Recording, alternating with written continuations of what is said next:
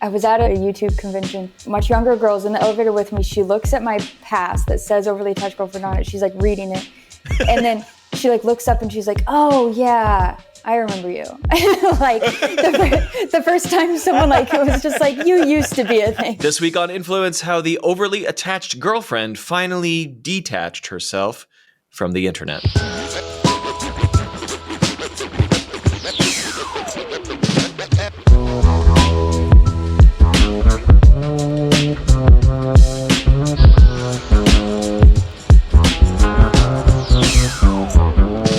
Ahoy there, internet travelers. Thanks for hanging out with me for another week. My name is Matt Silverman, host of Influence with me, Matt Silverman. That's the full title of the show, I suppose. And we talk about all things internet creativity, online communities, dare I say, memes. And just, you know, I'll look, let me be honest. I'll take anyone on the show, okay? Anyone I can get. But lately, we've been going back in the Wayback Machine. We've been going back in time, talking with a lot of, I don't know, I'm starting to formulate some terms. First wave, second wave YouTubers, let's call them. And it's become a nice thing for people to kind of recap their story, their origin on the internet. Sometimes it's very intentional and sometimes it is somewhat accidental. And then we turn that into a more intentional career. I have a good one for you today. And I think you're going to love it. We have a lot to cover. My guest today is a vlogger. She's a comedian. She's a YouTube creator who also became one of the most recognizable memes on the internet, but not by choice. Okay. Not only did she embrace her memehood, but she made an entire career out of it. I'm going to say 100 million views later. That's just on her stuff, not the rest of the internet. She made some big changes in her life and her career. She decided to be very public about that, for which I and her fans, I know, really admire her for that. You know her as the overly attached girlfriend, and I am very excited to get to know her today as, you know, her actual name, which is Laina Morris. Welcome, Laina, to Influence. How are you? Oh. The crowd's going wild. I didn't realize there was a live audience. We film before a live studio audience. Nice. They keep a low profile until right up to the guest intro. Oh, right. Wow. That was quite an intro. Thank you for that. How are you? I'm great. How are you doing? I'm good. It's very nice to meet you. I feel like we probably have mutual connections in common, but I don't think we've ever met or worked together in real life. Did we not meet? I don't know if did you ever come to the Mashable office in New York City at the height of memedom? Yes. Okay. I did. I barely remember it, to be honest with you. Yeah, but it's so long ago. Yeah, I think in 2013. That sounds right. And were you doing any interviews or video stuff? What did I do there? Oh, I did some kind of video, like some sort of overly attached girlfriend, like I don't even remember.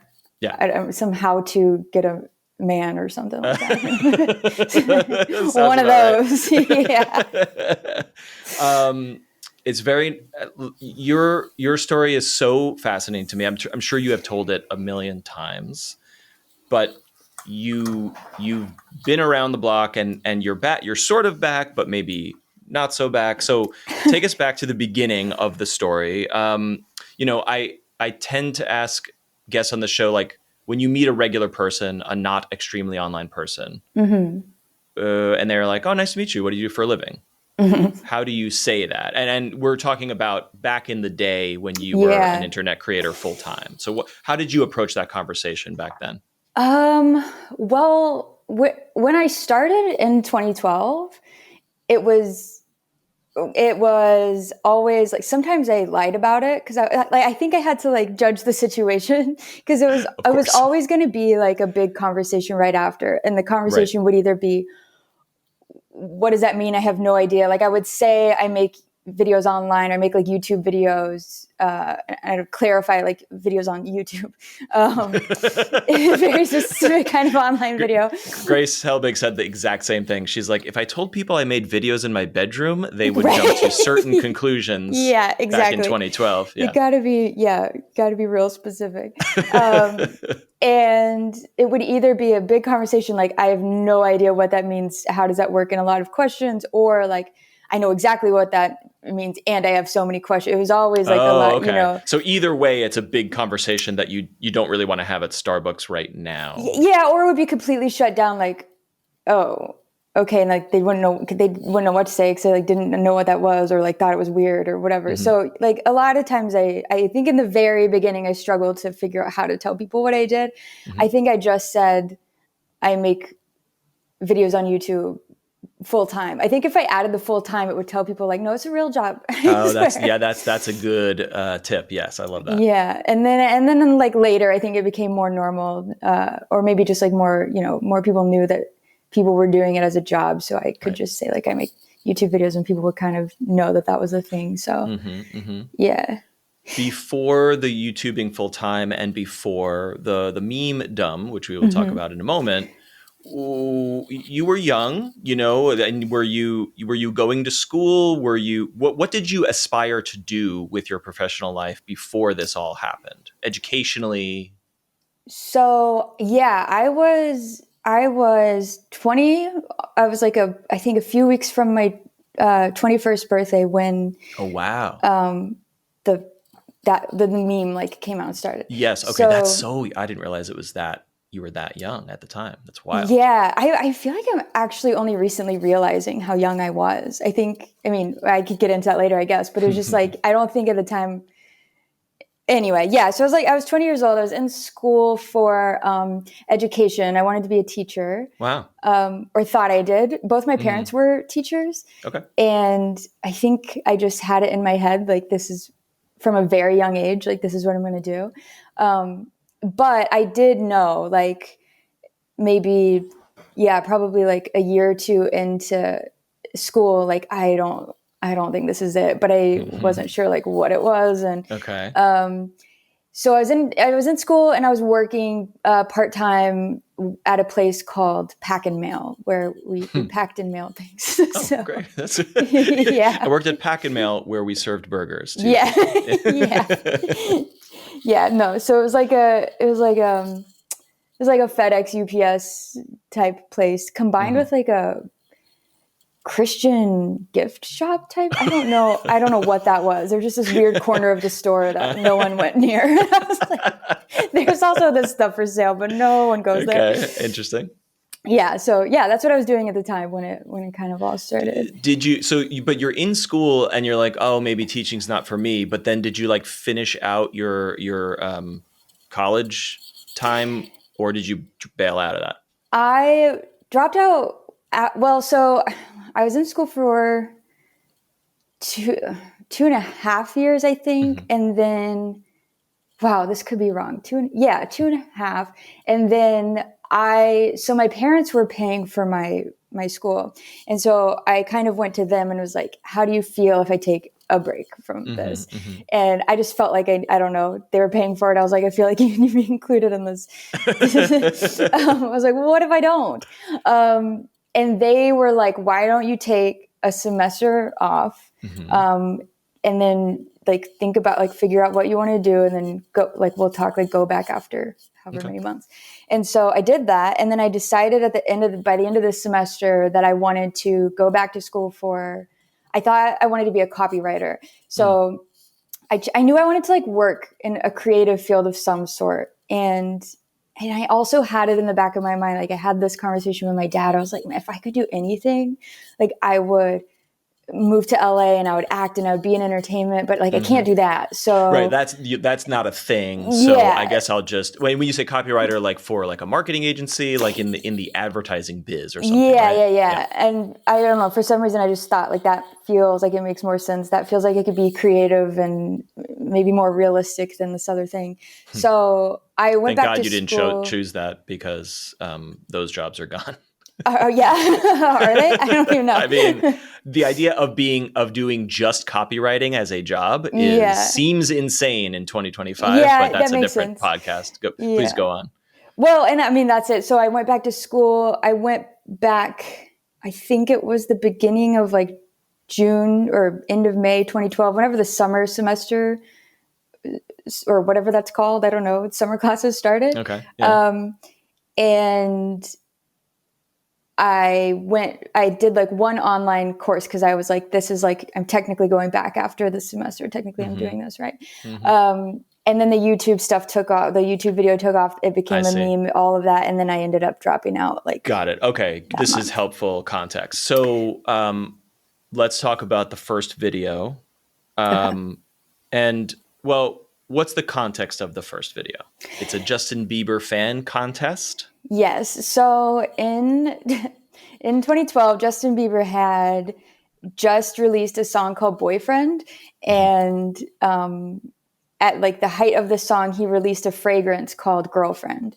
And in order to like promote this fragrance, he did this contest where he asked fans to take his song Boyfriend, change the lyrics to from the perspective of like a girlfriend, and yeah, like make a parody song, upload it to YouTube. In fact, I think we might have uploaded it to a different website that somehow was on YouTube. I don't know. Anyway, was it Justin TV or one of those earlier incarnations? It was like we had I feel like I'm not remembering this correctly, but there was some website for the contest.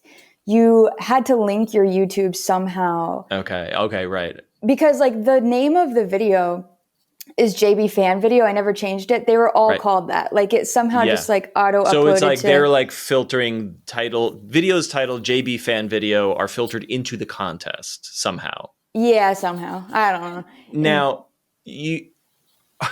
what's your point of view at this moment? Are you doing that? Wait, first of all, what's the prize? Do you win the fragrance or do you win like concert tickets or something? Well, so the prize was you got to be in I believe it was a commercial on NBC. He had this like NBC special he was doing that year. You get to be in that somehow, or like a clip from your video. And then concert tickets. Okay. Some concert, I think you get like flown out, you get tickets to a concert. And then like I think you get like a package of the fragrance and whatever else. Okay, so it's a bunch of stuff. And so then my core question here is like, are you doing this ironically or are you a fan of Justin Bieber and you did want the prize? I think okay, so here's what's happened is I've told this story so many times that now I'm like, what's real and what's like a thing, like what's a thing I've said and what was actually happening? Because I feel like I've answered this both ways. I feel like when I was younger, I was like, oh, I was just like kidding and I didn't really want it. And then later I was like, no, I mean, I like Justin Bieber. And I feel like now I'm like, what's real? I feel like you're having fun in the video. I feel like you're being silly in the video because. Yes, yeah. The video's a joke. It's a joke. Okay. Yeah, and it was meant to be funny. It was meant for like my family and friends to see. Okay. I also was like, it'd be cool if I won this contest, if I got to go to this concert. I think it was like all of it. It's both. It can be all of them. Yeah, but I wasn't like making fun of it. Yes. So much, but I was You're having fun, and if you win the prize, that's also cool. Yeah, I was like, this will be like a weird way to do this. Let's send listeners back in time. I'm going to play a clip of the Laina's very first YouTube video, maybe your very first internet video ever, right? Is that so? Yeah. Kind of. I've also answered this question different ways already. All right, wait. I'm going to play a clip here just for context, and then we'll talk about what happens next. Okay. If I was your girlfriend, I'd drive you up the wall. Question who you're with, yeah, I'd always call and call. I wouldn't call it jealousy, just looking out for you. Reading all your texts, watching everything you do. Nag, nag, nag. On you, ask all about your past, and Facebook stalk you too. I don't care about them, I just care about us. So say hello to a girlfriend you should trust. Trust, yeah. I'll always be checking up on you. Hey boy, who you talking to? You're having fun, you're making this ridiculous parody song. You do not win the contest, but you actually win the internet thank you. shortly after this. What happens next? So next is, honestly, it was all kind of all at once. I uploaded this video on June 6th in the evening after like work one day. And before I went to bed, I knew that people I didn't know were watching it. So it was pretty quickly bigger than I thought it would be. And I think I put it on like my personal Facebook. Well, that's the only Facebook I had. And I remember before bed, like someone commented, I came here from Reddit, and I didn't know what Reddit was at the time. Okay. I'm like, what's Reddit? So I go, I find Reddit, and I'm on like the front page of Reddit, and I'm like, whoa, what's this? And then the next morning I woke up and I mean, like before bed, me and my roommate were like scrolling through all the comments and like, whoa, did you see this one? Did you see this one? And then when I woke up, it was the meme was a thing. Wow. So literally overnight. Yeah. Yes. Yeah, wow. It was crazy. So again, just for context for listeners, the video has nothing to do with the phrase or the concept of overly attached girlfriend, but Reddit and the wider internet culture attached this concept to your face because that's kind of like the lyrics of the song and the premise of your video was sort of like, that was the vibe of it. Obviously. Yeah, it was certainly like a song from the perspective of a clingy, crazy girlfriend. Maybe crazy is not the word, but right. But then the internet named it overly attached girlfriend. Yeah. So someone on Reddit. What is going through your head at this time? Mm-hmm. And what do you do next? Because we know in hindsight that you, instead of rejecting this or hiding from this, you took it on, you embraced it as your internet identity. So like, was that like an immediate choice? Like, whoa, let's do this. Or were you like, holy shit, what happens now? All of it. I was like, holy shit, what happens now? Also very excited. I was like this, I always thought it would be so cool to have like a video go viral or what, like, but I never, like, I certainly thought it was like cool and fun. And I was in on the joke, which I think is a big key point, because a lot of memes and people who go viral, like sometimes they're not in on the joke, or it's like, that's a good way to say it. Yeah. Yeah. Like if it was just my normal, like smile and the internet was like, look at this creepy girl, like that would probably be different. But I think because I created the content that the meme came from and I purposefully did it to be creepy and funny, it just made it fun. And, so I can't remember the order of like when I spoke like more publicly online of like, I don't know, talking about everything, or just like saying like, here I am, my name's Laina, whatever. But like, I think a week and a half after that first video, I posted a second one, because people, I think by that time I'd gotten like a Twitter and people were telling me to do another one to Carly Rae Jepsen, Call Me Maybe. And I was like, okay. So remember this time on the internet when the only thing trending on Twitter was Justin Bieber and the Carly Rae Jepsen parodies were the best thing on the internet. Like, I miss this so much. I miss it too. Twitter used to be a whole different world. But yeah, so once I posted the second video, that is when it kind of really changed for me. I think that's when, because that video blew up. Okay. And at one point, like the first video and that video were like the top 2 videos on YouTube. And I think that's when I was like, oh, maybe I could do this for a while, like because they memed you. Mm-hmm. And then you spoke back to the internet, and the internet was like, oh, she's there she is, that's she gets it, she's in on it, and then we're off to the races, right? Yeah okay. Yeah, I think some people thought it was, there were people, which is crazy to say now, but people that like weren't sure if it was a joke, right. And because at first I didn't, like, I did this interview. The very first interview I ever did was for a radio show in like Iowa or Idaho or one of the I's. The pulse of internet culture, Iowa radio in 2012. Like yeah. And the host of that radio show was like, listen to me, like I'll tell you how to do this. You need to make a public Facebook and put your real name and put real photos of yourself. And he's like, but don't put your last name, make a fake last name. And so I did. And that was everyone still to this day. A lot of people think it's my last name. Really? Okay. Yeah.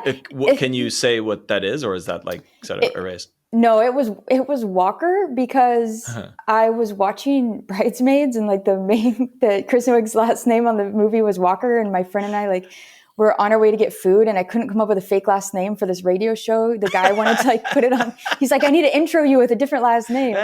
And so I was like, just Walker's fine. And then it was everywhere. And then so funny. Wow. Yeah, because in 2012, I think we were still in the age of don't tell anyone your full name. Sure.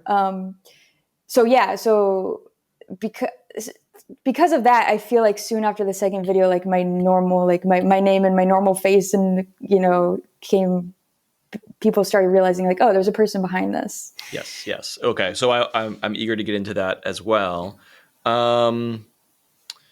Before we get further in your YouTube career, we have a question. We have a couple questions from listeners. Bowie Barks via Patreon asks, if you could have been chosen to be famous for something other than OAG, what would you have chosen? Meaning, if this never happened, but you still aspired to be known, and you alluded to this earlier, that you were interested in going into entertainment.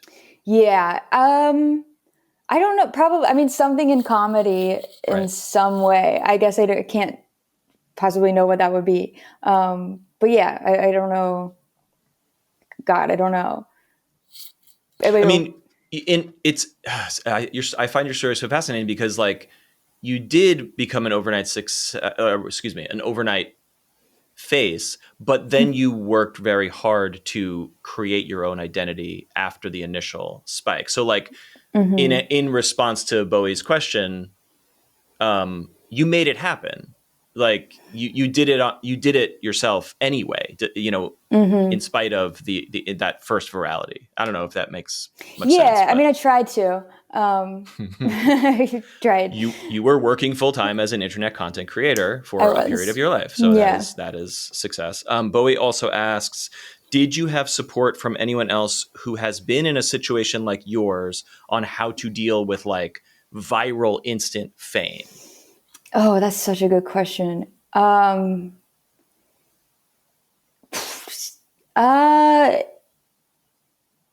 Yes and no. I think I certainly didn't have the guidance and support that I wish I had. And not to say that I didn't have any, but just there wasn't that. It was a lot all at once. And it's a singular experience. Your family and friends and neighbors aren't going to know what that's like. Correct. Yeah. And so it wasn't until I started meeting other YouTubers and stuff that I got to have conversations with people that were had similar experiences, or at least knew what it was like in that moment, what we were doing day to day and how that felt. And and then later I met some memes and got to hear their stories and I met some memes. I still would love so much to get all the memes together and just hang out.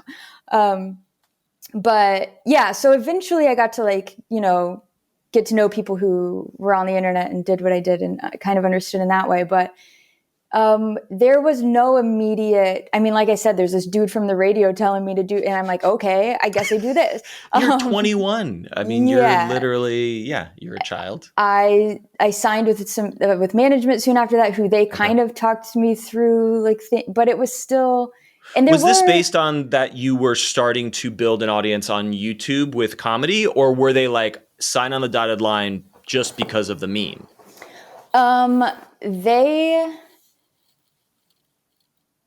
More the second one, kind of. Okay. It was after the second video.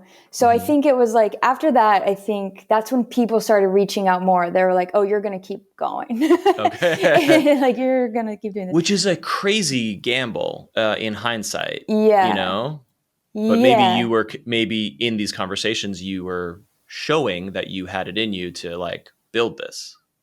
Yeah. Maybe I think it was such a rush, and it was so all at once. And I remember when I signed with the management that I was with, then I hired an entertainment lawyer, which I didn't even know was a thing. I was just like, can you do that? That's good advice. That's good that you did that. Yeah. And so like he handled like negotiating that. And I guess I knew I wanted to continue to make content, and I knew that I knew people were doing it as a job. And so I was like, I think I can do this, and I'd like to pursue this. And so I was talking like, I want like I can't remember how soon after like video 2 came video 3 and 4 or whatever. And a lot of them are deleted now or privated, but but I was certainly going down that path. So yes. Yeah. So those early videos, the vlog style is obviously big and getting bigger in the culture. But then it's also, I just love the like, I'm just a person in my room, but I'm talking to myself. I'm creating multiple characters, like that whole style and the cutting. Oh, and by the way, are you teaching yourself video editing and all this stuff like in the moment? You're building the plane as you're starting to fly it. Is that what happened? Exactly. Okay. Yeah. I was using Windows Movie Maker for a while. Yeah, which was something else. But where did those initial ideas for the comedy videos come from? Did you have these in your back pocket as things you had always wanted to do, and now you have a platform? Yeah. Gosh, I'm trying to remember. For a while, it was just Overly Attached Girlfriend for like several videos. And I think I think my first video, not as Overly Attached Girlfriend, was a Q&A, which may or may not, probably not still be up. I think probably not. And in the Q&A, I'm still answering questions like about Overly Attached Girlfriend, even sometimes as Overly Attached Girlfriend. And so I don't know how long until I really like pushed away from that. Yeah. But it's an interesting choice. It's making me think of like Andy Kaufman, or I don't know if have you watched the Pee-wee as himself documentary? If you're I haven't. A fan. It's heart-wrenching and powerful and very poignant, but it's about Paul Rubens who figured out that Pee-wee was the character, and he became Pee-wee and made a conscious decision to always appear as Pee-wee and never as himself. But so just by contrast, you sort of, you were yourself and OAG at the same time. And that was a conscious choice. And I'm curious, why did you, what led you there? Wow, good question. It's like taking me back, trying to put myself in my like 2012 mindset. Yeah. I think probably the biggest thing is that it was something I always kind of wanted that I thought would never happen. And so there was a part of me that was like, well, I want to do this as me. And how do I do that? And people were asking questions. And so I think I was like, okay, I'll answer these like not in character. But I think, I don't know that it ever crossed my mind to just do Overly Attached Girlfriend always. And that might honestly not be true. It's been so long. But I think I was just like, I don't want this to be the only thing I create. And how do I slowly sort of separate myself, but still like, I know why everyone's here. So I want to like play into this as well. Right. And maybe it was just like a balance of that, but I don't know that I ever thought like, I only want to do this character, because it was also like, it was a complete accident. I didn't name this character. I didn't create and it's a two-dimensional character. You know what I mean? Like your range as a comedian goes well beyond this thing that was manufactured. Actually, speaking of entertainment lawyers, like who owns OAG? Because you are the face, but the internet created the concept. So like from an intellectual property point of view, what's that all about? What is that all about? I mean, I own it, I guess. If you had stuck with OAG as your persona, and then one day like made an OAG sitcom, for example, right? Like, yeah, is the person who posted on Reddit with the original meme text get a cut of that? You know what I mean? Like, that's such a Oh, I weird do. thing. Yeah. And I got, like, there was multiple people that reached out right after too and was like, I made the meme. It is a great question. I think because, I mean, it's my face and I created the original video, but yeah, someone took it and made it into something totally different. And the whole internet kind of took this thing that, I don't know. I think I've always felt like, because I created that first video, this like ownership of it still in that way. Like, there are some of my like fellow memes who, like, some of them are just like stock images. Like, they went in and took photos, for who knows what. They didn't know where they were going to go or what they were going to be. And then it's like, oh, now it's this thing that's totally out of my hands that I have no control over, that I don't even know if I really like that this is happening. And so I feel more ownership over Overly Touched Girlfriend in that way, maybe, that like I still created the character, even though I didn't create what Overly Attached Girlfriend and like what it became. I don't know if that makes any sense. It makes total sense. Okay. And it remains nebulous from a legal and creative point of view. And your journey, I feel, is somewhat unique. I'm friendly with Success Kid's mom, who was the person who originally took the picture. And it has been that's a good example of, like, it's just a picture of a kid, but the internet ran with it. But if an advertiser wants to use that photo in an ad, you pay the kid and the family, not the internet. But Correct. yours is like yours is slightly different. It is the same, but it's, I don't know. Anyway. They still pay me. But well, actually, not always. In fact, right. In fact, quite a bit they don't. Or didn't, I should say. But yeah. That it is really interesting for me to hear like other stories of other people who have like a very similar, like, we all have these memes, but they come from completely different, like, like, this is a photo, like, there's several who, like, the parent took the photo, and then it's like, well, who is it? Does the kid get the money? Does the parent who took the photo get the money? Likeness rights versus the copyright of the image. And yeah. And I have heard some stories that, I mean, well, I shouldn't say that, but I just, I feel like, if whoever it's affecting the most, like, the person in the photo and it's their face, I don't know. It gets tricky in that. I guess I'm glad I don't have to deal with that. And there may not be a lot of, there probably was not a ton of precedent for this at the time when you were signing papers and getting management and getting lawyers and stuff. So that's also fascinating. Okay. All right. So you start making the comedy stuff, which I would like to play some clips of right now, because I'm a big fan of yours. And I think there is something about your sense of humor that always gets me. It's just, there's lots of funny people on the internet, but like, you just have, I don't know what it is. You just have a timing and a vibe that really hits, and obviously hit for many thousands and millions of people. So I want to play some clips of Laina's work, and then we'll be right back. Bagging groceries, great day, lots of sales, lots of customers, bing, bang, boom, your shift is over, you go home, you're famous. What do you do?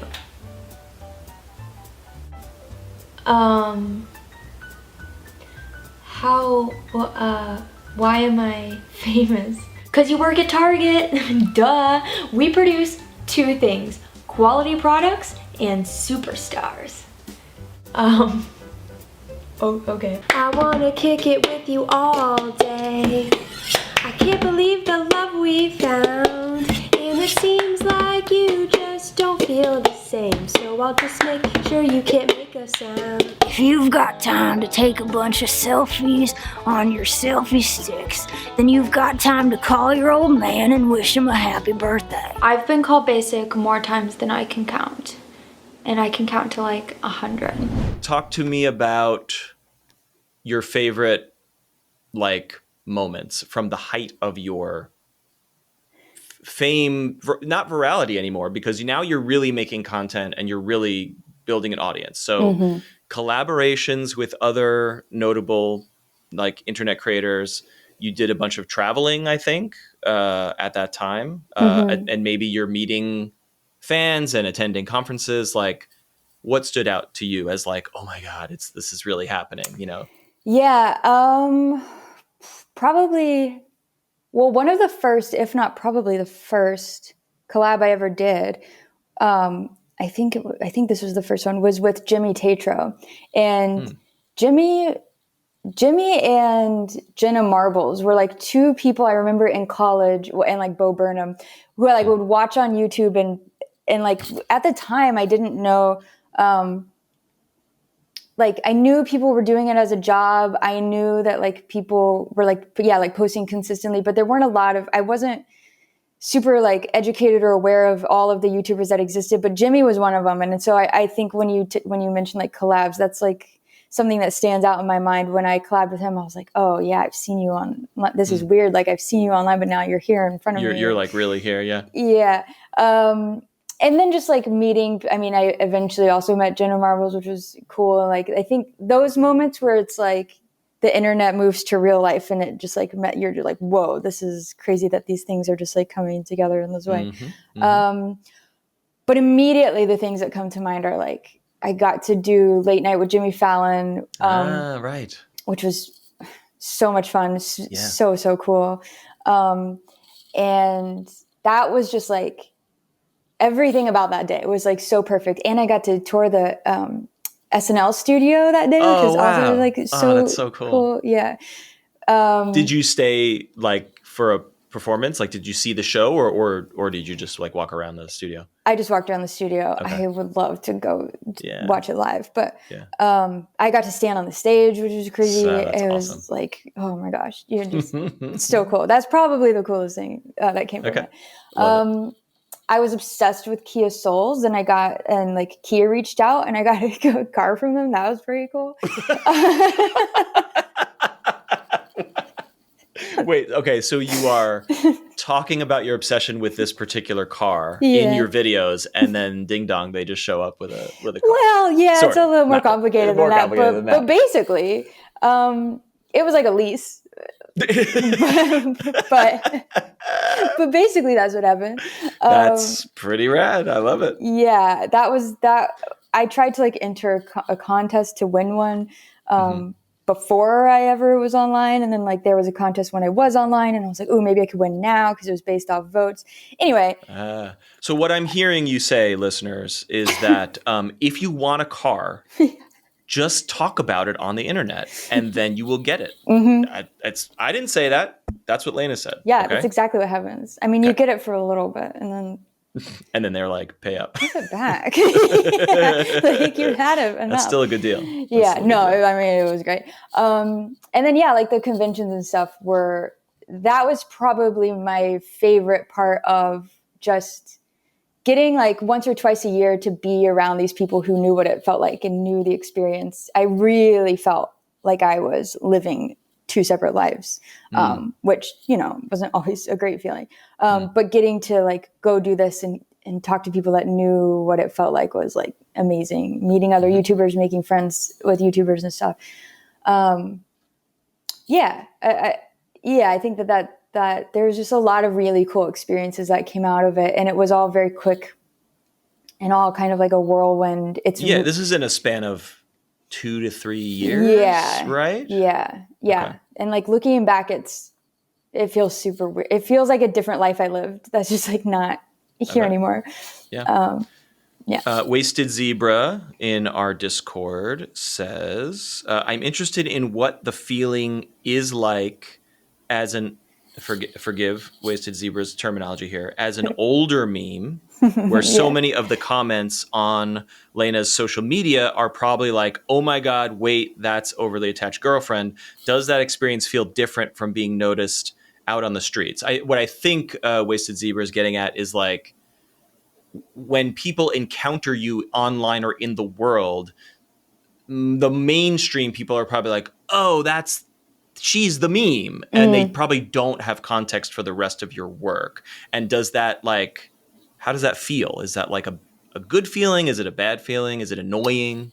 No, I mean, it's great. There's certainly most people that know who I am or like know the meme. And they don't even know where that meme comes. They don't even know the context of that, like that it comes from a video. So anytime anyone even knows that, I'm like surprised. I'm like, oh, like, so then anything else I've ever made online, if people know, I'm just like, whoa, okay. It doesn't feel bad. It doesn't feel, I do remember the very first time someone said, like, I was at I think it was Playlist Live, a YouTube convention. I was in the elevator. This girl, it's like much younger girl's in the elevator with me. She looks at my pass that says overly attached girlfriend on it. She's like reading it. And then she like looks up and she's like, oh yeah, I remember you. Like the first time someone like, it was just like, you used to be a thing. And then like, and now it'll be things like, oh, like one time I was in San Diego and I was going to a bar with my friends and this like younger guy was checking our IDs. And I mean, like probably, I don't know, 10 years younger than me. And he like looked at my ID and he was like, I remember you from my childhood. And I was like, that's weird. That feels weird. That's a weird thing to say.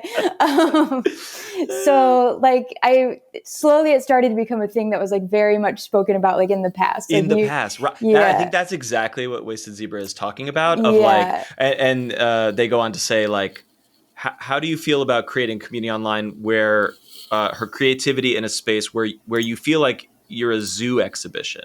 Like, again, that like, you know, oh, you were that thing in the past that I remember. Mm-hmm. Oh, well, you know, pass by the cage or whatever. Yeah, I don't know that it feels like that. Now I'll be overthinking it. And it. Sorry. No, Wasted okay. Zebra, you gave her a complex. Yeah, thanks. If nothing, I mean, it feels cool. It feels like I think what I've noticed recently also is like TikTok seems to be the main place where people are like, oh yeah, like I remember you from forever ago, where have you been kind of thing. Or I'll make a video and they'll be like, you look so familiar, or as soon as your eyes widened, I knew who you were, or like, or some people, I'm real proud of this, will be like, you're the Kia Soul girl. And I'm like, yeah, that's a great thing. Yeah. Well, this is, I find this very fascinating and dovetailing into like, do you get recognized in real life? Because you're the same person and it's the same face, but like, it's a while back, and the original video that became the meme is like this blown out, overexposed, and you're making a very specific face. And now when you're a human in real life, like, you don't really look like that face unless you like make the face, right? Yeah. So like, are people at Starbucks recognizing you these days? Not nearly as often, no. Okay. It happens. I think the last time, well, it did happen yesterday actually, but before yesterday, I think the last time was maybe like a month or two before that. It's just like it used to be like in 2012, it was all the time. Wow. Everywhere I went, but also I lived in a college town where everyone knew that I was there, and like I was freshly 21, so I was like going out to the bars and people knew that, and they like knew. And you're among young people who are using the internet in 2012. Yeah, and so like outside of where I lived, it wasn't happening everywhere I went, but it was certainly happening more frequently than now. Right. And a lot of times what will happen is if someone recognizes me, they'll say, like, you look familiar, or where do I know you from? Did you go to this school? Like, they really don't know, like, where they know me from. Totally. I mean, the guy yesterday was like, do you have a lot of followers online? And I was like, yeah. And he's like, okay. And that was the end of the conversation. That was my question of like, when people don't know where they know you from, but you look familiar, what do you say to that? Well, I used to, so in the very beginning, I was And do you say, I'm kind of a big deal on this? Every time. And then you push them out of the way. Yeah, get out of here. When the video first took off, I was still working at Pack and Mail. Still packing and mailing. And someone came in once and was like, you look so familiar.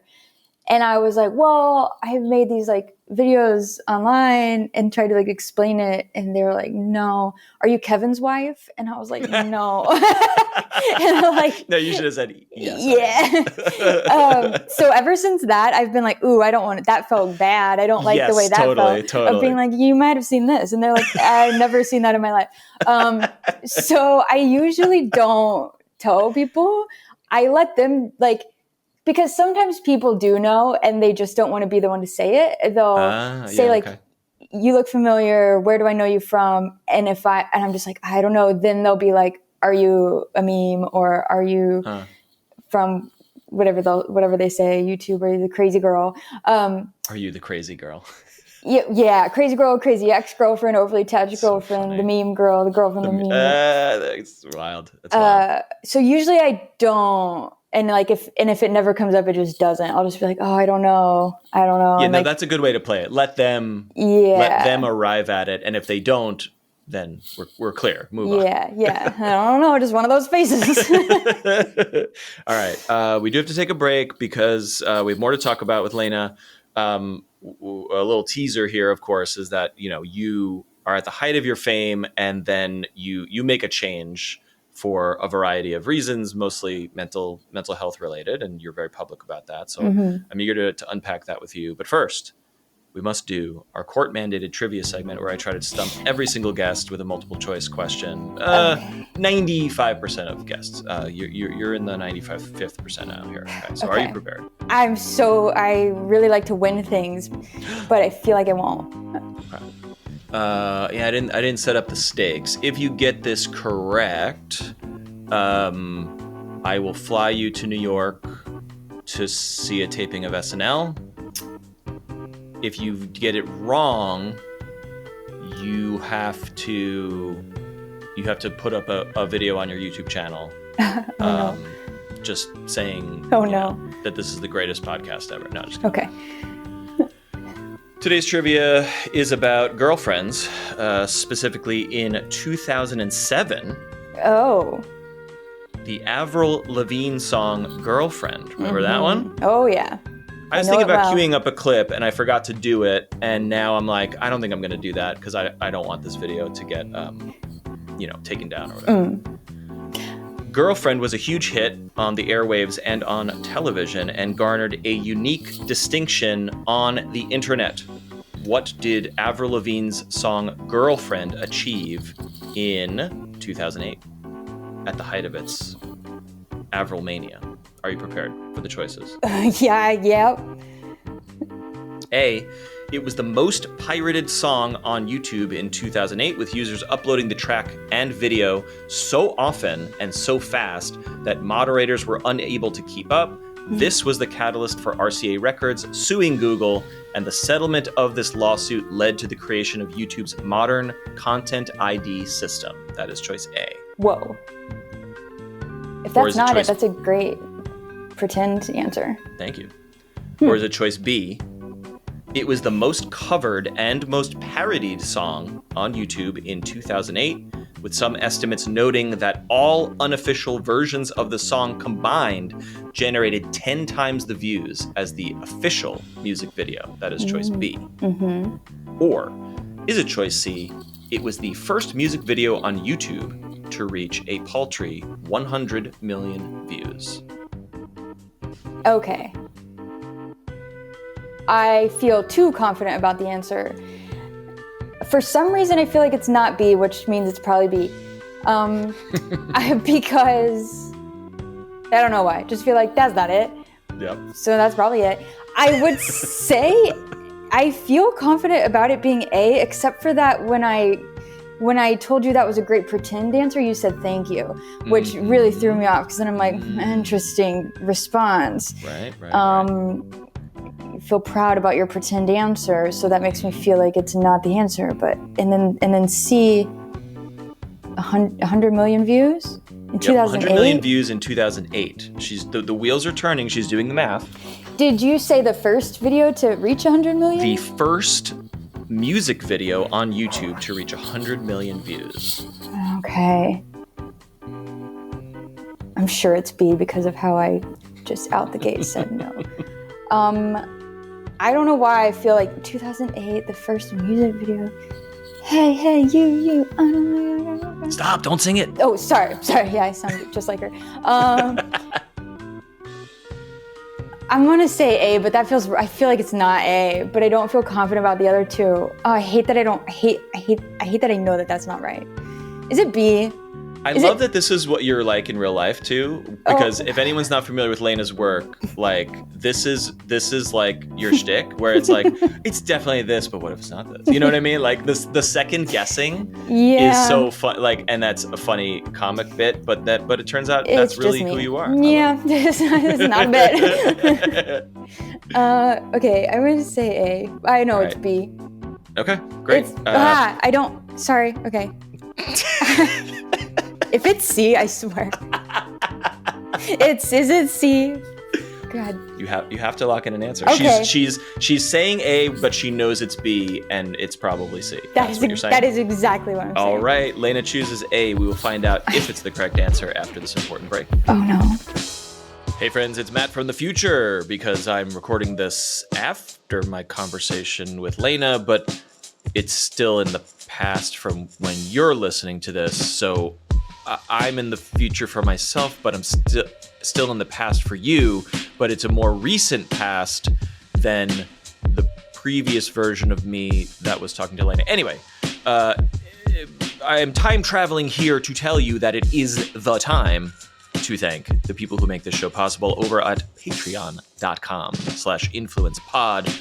And those people, in no particular order, but some particular order, are, of course, Sam, Robert Tortorelli, Evan, Jolene Jula, and of course the Legacy Tier members, Duran, Dominic Kerr, William, and Bowie Barks.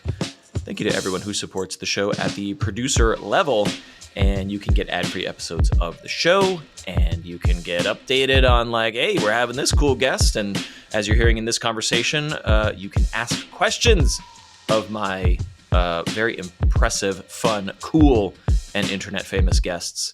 If you would like to do that over at patreon.com/influencepod, I'm not going to stop you, and you can subscribe for free. Get the show in your inbox. And now it is time to find out if Laina got this trivia question correct. We're back with Laina Morris, otherwise known as the overly attached girlfriend. And before we went to break, we had a devastating trivia question. For audio listeners, she's fanning herself. She's worried that she picked the incorrect answer. It's C, isn't it? Well, the question is about Avril Lavigne's 2007 hit, which later became a 2008 hit on the internet for a certain reason. It is the song Girlfriend, and it has a unique distinction. Laina chose A, that it was the most pirated song in 2008, and that it led to Content ID. Okay. She did not choose B, that it was the most parodied and covered, or C, that it was the first music video to reach 100 million views. Now, I always give guests a chance to change their answer. Oh, and no. I shouldn't do that to you, because you're gonna lose your mind. But it will. Are you sticking or changing? I guess I'm sticking, because if I change and then it is A, then I'm gonna be so mad about it. I'm sticking, even though I think, because now that I'm thinking 2007, but then it wasn't uploaded till 2008. Then, you go. Shut up, Laina. I'm ready.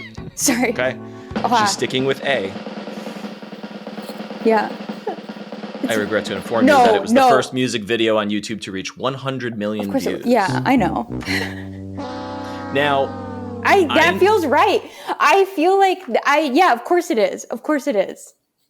Of course. YouTube was launched in 2006, so merely 2 years later, or 2005 or 2006, something. I thought late it was 2005 or I think you might be right. I think it was Valentine's Day 2005. There you go. I think that is absolutely correct.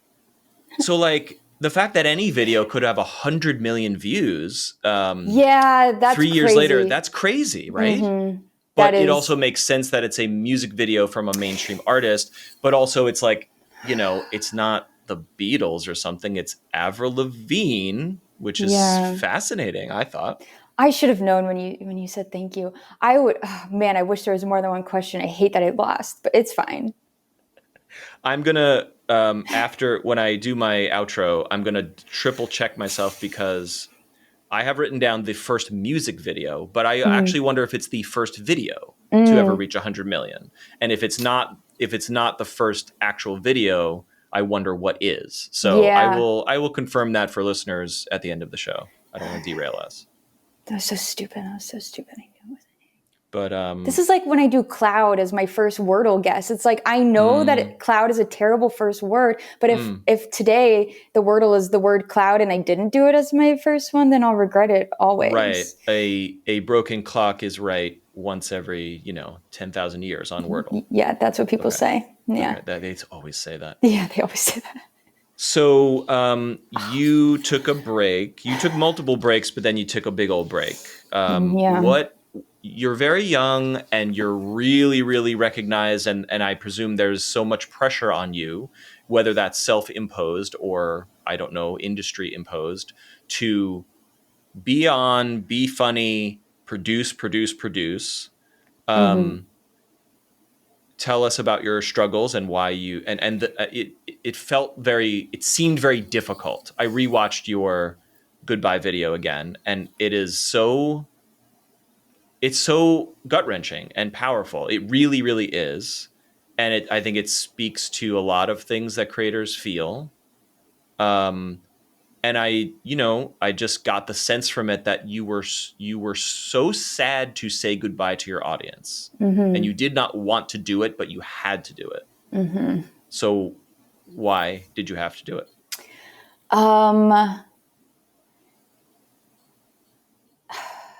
Sorry, I'm still thinking about how I lost that trivia question.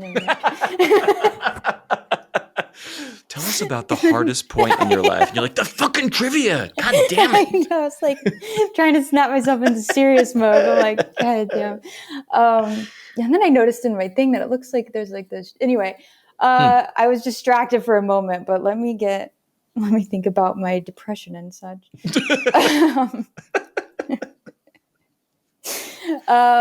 Okay. So this was 2019. And I already hadn't been making content for a couple years, but I think I had posted a couple times in those couple years, but I still thought it was like, but I'm going to go back. I'm going to make videos. I just don't know when. And I always thought if I quit, I'm going to say goodbye. Like I just, for some reason for me, that was what I wanted to do. And in therapy, I was talking to my therapist about it. Like for a while, it was just like, when am I going to go back? What am I going to do? Why does it feel like this? Like, I don't want to go back if it feels like overwhelming. And I was really overwhelmed at the time. And well, I guess before I say this part, I should go back in time and say that I was trying to make a video a week for a while and just felt like the motivation wasn't there, but also like, I can't come up with a good idea every week. So then I was coming up with like ideas I didn't even like every week. And so then if my audience didn't like them, I was like, yeah, that makes sense. Like it was just that pressure cycle.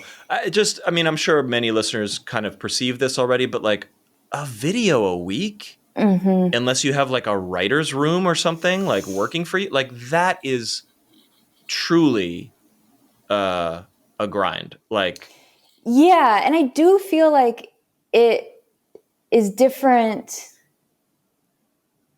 Like just from it where I was at the time, it was just like extra overwhelming. It was like the thought of, I think I posted on Thursdays. And so like Thursday would come and I wouldn't have a video and it would be like the end of the world. Like I would be in a terrible mood all day. I'm like, I don't know what I'm going to do. I would turn my camera on. Which then hinders your creativity. You can't be creative if you're feeling bad about not being creative, and thus the cycle continues. Yeah. And so then it's like, yeah, exactly. So then it's like, I hate what I'm making. I don't know what to make. I have to make something. I turn my camera on. I make something I hate. I edit it. I watch myself while I'm editing and just like, I hate this. I upload it. I hate this. And then it's like this relief of like, okay, one more week. And then the next week is here. And I'm like, I don't have a video. And it was just like this constant. And then it was like, yeah, a lot of outside, well, what's next? What are you going to do? And it felt like it felt like I wasn't succeeding at my job. Like I wasn't doing well at my job and everyone could see that. Like it wasn't like I'm going to work, I'm not performing well at work, but the world doesn't know that, it's like, no, that's fascinating. Yeah. well, it's just like, it's right there. Like like my views are down. It's like people can calculate and know that I'm not like making good money from this anymore. People like what, and then eventually I was like, what am I doing? Like, I'm not doing this for myself. I'm not even doing it for the people watching because I don't feel like I'm making content they like that much anymore. And I'm not making like money from it. I mean, like it wasn't like, enough at the time. And it was just like, what am I like, who is this for? Right. There's nothing about it is positive. It's all negative at that point. Yeah. And I'm just doing it because I'm like, this is the thing that I do. And so then when I was in therapy and I was talking about this and I'm like, but also but this is like my dream job. Why would I walk away from this? Like, why would I ever walk away from this? And so the first time I ever thought like, maybe I just don't do this anymore, hit me like so hard. I was like, which is weird because I hadn't been doing it for a while at this point. But the thought of maybe I quit and I never go back was just like, whoa, I don't know. And I talked to my therapist about it and she was like, why don't you make a video, ending it, saying goodbye just for you and see how that feels. Like make the video, see how it feels to make that video. And that's the video that I ended up posting. I think maybe pretty soon into it, actually, it just clicked like, I'm going to post this. Your therapist sounds like a very wise person. She's great. And so I made that video. I don't know. I also knew that if I walked away, I wanted to talk about my mental health because there was this like one specific day I remember after therapy. It's just like a bad session. I wasn't doing well. I went to my car and I cried. This happened a lot after therapy because I would like hold it in and then go to my car and cry. And I was sitting there and I was just thinking like things are like so bad right now. And if I ever get on the other side of this, I have to tell people how I did it, or like I have to like turn around and say, this is how you can do it too. Which it's so not that black and white. Now I understand that. But in the moment, I'm like, once this is over and done and I'm forever healed, I'll tell everyone how I did it. And so, but to have that clarity and have that purpose, even when you're in the depths of it, is, I don't know. I find that to be very extraordinary. Thanks. I don't know. I just thought it's such a low place to be that, I don't know. So I knew I wanted to talk about it in the video when I said goodbye. And I was so fascinated to where this video, the goodbye video, you say, hey, I've been filming myself saying things I can't, or you alluded to something like, I feel like I can't talk about this with other people and I'm struggling to communicate it in real life. But when I put a camera on myself, I'm able to say my true feelings. And that blew me away. And then you were brave enough to include those videos that were not for the public. You included those in the goodbye video and they are powerful. Looking back, what's the deal with that? Talking to a camera was more liberating than talking to a person. Yeah. I don't know. Like sharing those were tough. And I'll also say I didn't share the worst of it. That's fine. You are supposed to edit. That's good. Yeah. I mean, I shared like, I think there's a clip where I'm in like a red shirt where I'm like that one is like a small clip from a much, like probably one of my like biggest breakdowns that I like was talking through. But in fact, I think I filmed a YouTube video after that, which is crazy. Wow. Like you went back to work after doing that. Yeah. And like, I don't think that video is up anymore. I think it was like a Q&A, but I can tell when I watch it, like, I'm just like, oh, I'm not there. That was a bad day. Yeah. Were these, so recording yourself, right? Was that cathartic? Did you look back at them as reference points to be like, whoa, that was bad, but now I'm better? Like what was the utility of those videos? I did look back at them sometimes. Maybe like when I would record a new one, sometimes I would like look a little bit at like the older ones. But what I think it was is just kind of maybe similar to like journaling. You're just like saying things in private and sort of like I was just like speaking out loud these things, and something about knowing no one's ever going to see this, I thought. That was just like, it made it easier. And also I had it in my mind, like one day I'll be able to look back at this and I'll be in a better place, or I'll maybe like talking about this now will help future me. Like there's a lot of, I don't think I included this in the video. I don't think, maybe I did. I haven't watched that video in a while, but there was a lot of me talking to, in fact, most of it was me talking to my future self. So I would say, like, if you're watching this, I remember specifically one from when I was like, I think 25, about to turn 26. And I said, like, I'm so scared that I'm going to reach like 26 and still be in this place. So if you're 26 and which is so funny now that I'm like, oh, I was so young. I thought I was so old. My life is almost over. It's 26. But I would just be like, if you're watching this and you're still feeling this, like, please get up and like do something about it. Please stop. Like change your life, please. Like almost like begging my future self. Wow. So I don't know when I posted that video, like I was nervous to share that with everyone, but I was mostly nervous for people in my personal life to see it, because I hadn't been talking to anyone about that. The people closest to me had no idea. And it ended up being great. Like people in my personal life, like opened up to me more. Now I talk very openly. Well, I, for a long time, was talking like very openly about my mental health, and that was a big shift in my life because of it, to people in my personal life. And so anyway, I don't know why I went there. I just, the talking out loud, I think was just something about it was just like cathartic and helpful. For sure. When you say like, it's like journaling, that makes a lot of sense from a mental health point of view. Yeah. You're also making me suddenly realize that like people who record themselves are time travelers, and we think about our own lives differently. We can speak to our future selves and go back in time and see ourselves in the past. And I don't think regular people have that sort of perspective. I'm not saying it's good or bad. It's just weird. It's kind of weird. It is weird. That's a great point. I don't know why I started doing it, and I don't know if I would have done it if I hadn't been doing like YouTube and had that experience. But yeah, it's interesting. So you really do say goodbye, and you really do say this is done. And then what does your life look like when you disconnect? What happens next for you personally? Whatever you're able to share. Yeah, like immediately following, it was almost like, it felt almost like a breakup. Like it was this like grieving process of like, I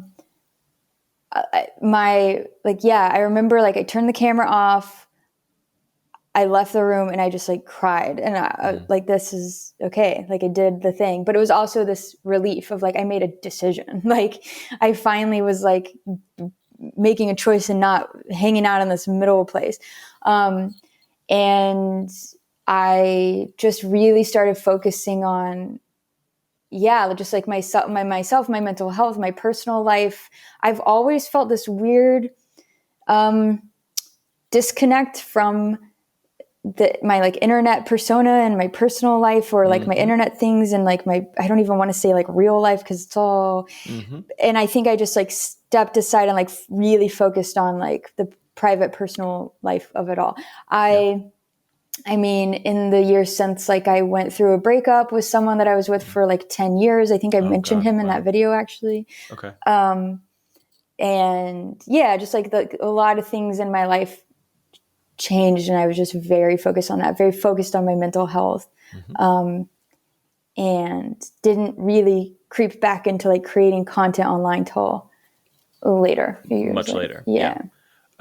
So I think the origin of me reaching out to you was when you came back. Like somehow the YouTube algorithm or maybe something on Reddit was like, hey, I haven't posted in 5 years, but I'm here. And it's not a comeback video. Your return video is so freaking funny to me. I'm And so sure glad to you your think audience. that, because I hate it. It's so funny. Really? Do you? I kind of do. I think it was just a long video that didn't get to the point, is how I kind of see it now. But yeah, it is. And that's why it's funny. okay. Good. I'm glad. But also like, it's 5 years. So, Yeah. and maybe it's closer to 6 now, because I think that video is about a year old, or yeah, it is close to it.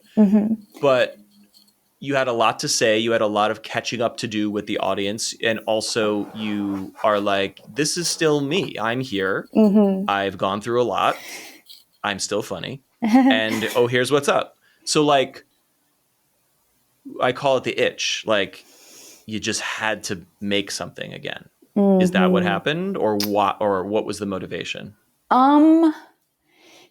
I think like the itch to make something again is kind of something I had been, I started making like short form content on Instagram and on TikTok a little bit. And that was actually very good for me. I think that was like, it was no pressure at all. It was like, if I have a little idea, it's very quick, it's easy. Yeah. I can post it and there's no like schedule, there's no pressure, I'm not really making money from this at all. So like, it's just, it is what it is, and it's just for fun. And that was so freeing and so nice. Yeah, that's cool. YouTube, I think I started thinking about it because I thought about doing first I thought about doing like an update 5 years later. And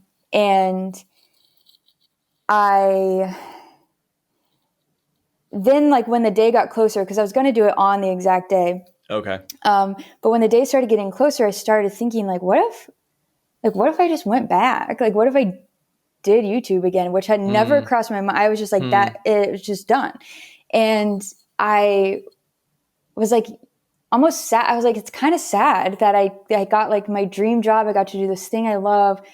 And then I had to walk away, and that's it. Like, I don't get to ever do it again. And now I'm in a much better place mentally. Now I can look back and see that time for like more like what it was. And I think I would create better things. I think I would be more proud and happier and whatever. And who's stopping me? Like, I just, right. You know, like it's yourself. You said, I'm done with this forever, book closed. And now you're like, wait a minute. Yeah. I'm in charge. I could open it back up again. Yeah. And I was kind of like, but I said, I'm done. What I really didn't want, because I was like, I ended it in a way that felt so good. I felt great about the response. I felt great about the way I ended it. I don't want to mess this up. Like, I don't want to go back and touch it and make it worse. I think I did I did a 10-year video after the goodbye video, but it was quick and it didn't feel like a coming back. It just felt like a little like, hey, here's a little retrospective. Yeah. Kind of thing. So I was like, I'm just going to, almost like the goodbye video, I'm just going to see what it feels like. I'm going to film it and see how that feels. And that's what that video was. Yeah. So you publish it, and what's the response? The response was mostly good. It was Go on. I mean, the response to anything is going to have like negative, I think, it was posted on Reddit, and those comments were like, I don't know, but the response on the video and in my DMs and stuff, it was mostly like a positive reaction. It was very cool to see. It was like, oh, these people, not only are they still here, but they're very welcoming if I come back. And that felt really, it felt very cool. Reading all the comments that were coming in, and people talking about like, wow, when you said goodbye, I was here in life, and now I'm here in life, and stuff like that. It was like, that's cool. Yeah, it was cool. Yeah. It was a good response. So in my observation, you have not really returned to YouTube in any meaningful way, but perhaps you're still making short form, but it's very casual. So like, what's your plan? I don't know. if I'm if I'm like a little bit honest, maybe not She's been lying this whole time, but finally now she's going to finally be a little bit I'll honest. tell you the truth now.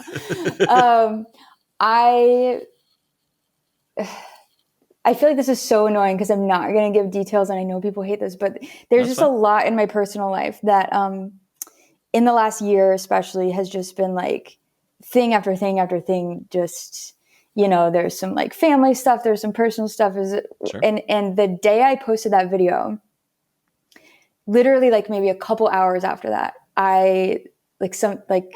some stuff happened in my personal life that it was almost like the straw that broke the camel's back. It was like, this like stressful thing happened. And I fully intended on posting another YouTube video like a week later. I see. But it just stopped being I was like, well, this was just a what if, and now that's not my focus.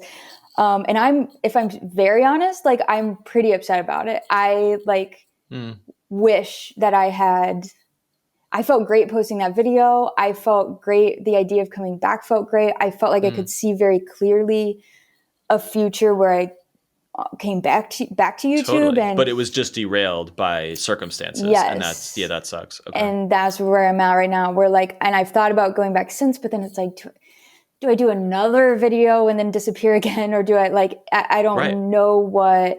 Well, getting back on the treadmill at a time when life is crazy, don't do that. Yeah. Yeah. And now, it's a little less crazy now, but it is like, I don't know what that looks like. I don't know what weekly or even like monthly content on YouTube for me would look like. There's a lot of like writer's block. There's a lot of, I just don't know. And I don't want to go back without a plan or like go back and not, it's hard. Because I would love to go back and I haven't, and I don't know that I will. And creating stuff on like Instagram and TikTok has been really fun. But yeah, I don't know. I feel like I'm not super answering your question. You are 100% answering the question. And it sounds to me like you have made the right decisions. And if I may speak on behalf of the entire internet, when the time is right and when you are ready, we would love to have you back. So, we'll be here. I hope so. I don't know. Not that I don't believe that, but I don't know. I feel like it's been a lot of like, I don't know, leaving, coming back, leaving again. It's a conversation for another time, but there are YouTubers who publish like twice a year and they still do millions of views, and true. so it's like, you will figure this out. We have to wrap it up, but before, in the meantime, while we're waiting for you to return in a big way, where can people follow you and connect with you? Mostly on Instagram. My Instagram's just Laina. TikTok, Laina622, I believe. I'm there sometimes. I have a weird relationship with TikTok where I'm like, I post on there, but mostly Instagram. Yeah, I deleted my Twitter. So that's pretty much the only place I'm at. That's for the best. Excellent. Yeah. Links in the doobly-doo. If you're not following Laina already, please check out her work because it's a good time. And thank you so much for being my guest on the show. Thank you. It was lovely catching up and learning about your story. Thank you. Thank you so much for having me. Love chatting with Laina. It was so great to really meet her properly and get her story, just get it down on paper. Finally. No, she's told her story, I'm sure, a billion times, but it was such a pleasure to talk with her. I'm such a big fan of hers. And, no pressure, but I do hope she comes back to the internet in some form. As she alluded to, go follow her on Instagram. Links are in the doobly-doo as always. And I just really must implore you to please be kind and rewind your podcasts after listening. And I will talk with you in about 2 weeks' time.